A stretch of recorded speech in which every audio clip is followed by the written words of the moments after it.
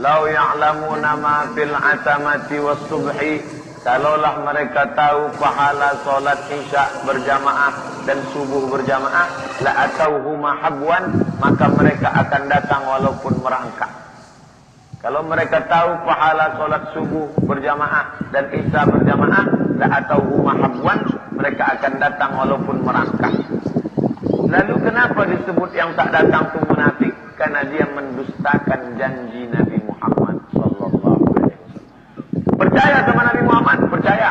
Percaya bahwa pahalanya besar, percaya. Kenapa tak datang? Sudah saya bayang pula nak datang. Itulah karena dia beralasan-alasan, itulah disebut dia munafik. Kalau mau menengok orang munafik, tengoklah dia tak datang solat isya dan subuh. Hadis sahih. Hukum solat berjamaah itu Pak Ustaz wajib. Dalilnya mana? Satu, Nabi selesai sholat bertanya, Asyahidun fulan, Asyahidun fulan, Asyahidun fulan, mana sebulan, mana sebulan. Kalau seandainya cukup di rumah, kenapa Nabi tanya? Itu menunjukkan wajib.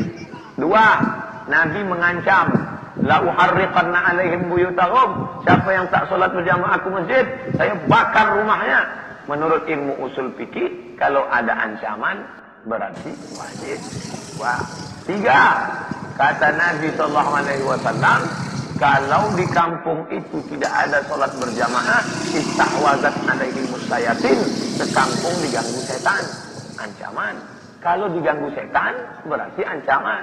Kaedahnya kalau ada ancaman, wajib. Yang ketiga, empat, datang Abdullah bin Umi Maktum, buta. Minta izin supaya dikasih dispensasi sholat di rumah. Kata Nabi, atas ma'un nida, apakah telingamu mendengar azan? Ya, wajib datang. Sedangkan buta, tua, disuruh datang. Apalagi sehat. Yang kelima, wa iza kunta fihim, kalau engkau sedang perang, fa'aqamta lahumus shalah, kau tetap sholat berjamaah. Namanya sholat khauf. Saya panglima perang. Saya buat dua barisan. Waktu barisan pertama sholat, barisan kedua memegang tombak, memegang panah. Namanya sholat khauf. Sholat khauf, sholat waktu takut. Apa kesimpulan hukum? Sedangkan waktu perang saja wajib, apalagi tak perang. 5 dalil itulah laki-laki ke masjid. Laki-laki yang soleh, sholatnya di masjid. Laki-laki sholat di rumah, namanya laki-laki solehah. Wallahu a'lam.